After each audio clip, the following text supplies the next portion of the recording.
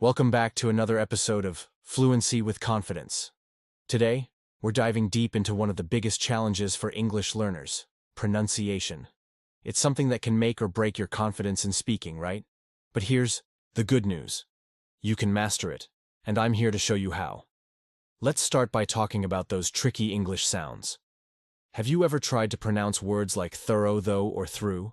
You probably realize that in English, letters don't always sound the way they're written, and that can be frustrating. But don't worry, you're not alone. The th sound, the hidden monster.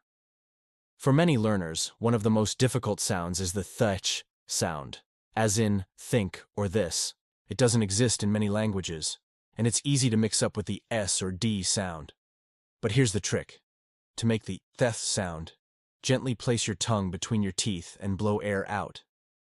It might feel weird at first, but with practice, it'll become second nature. Try saying think, this, that, three.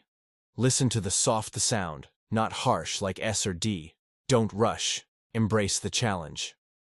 Another common problem is feeling rushed to speak quickly. But let's be real.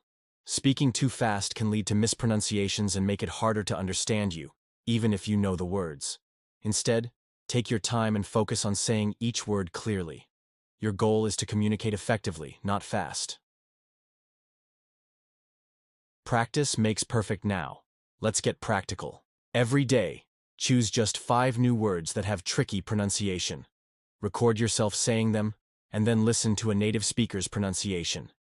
Repeat after them. You'll notice improvement each time. Remember, the key to success in mastering English pronunciation is consistent practice. Don't be afraid to make mistakes because every mistake is a step closer to getting it right.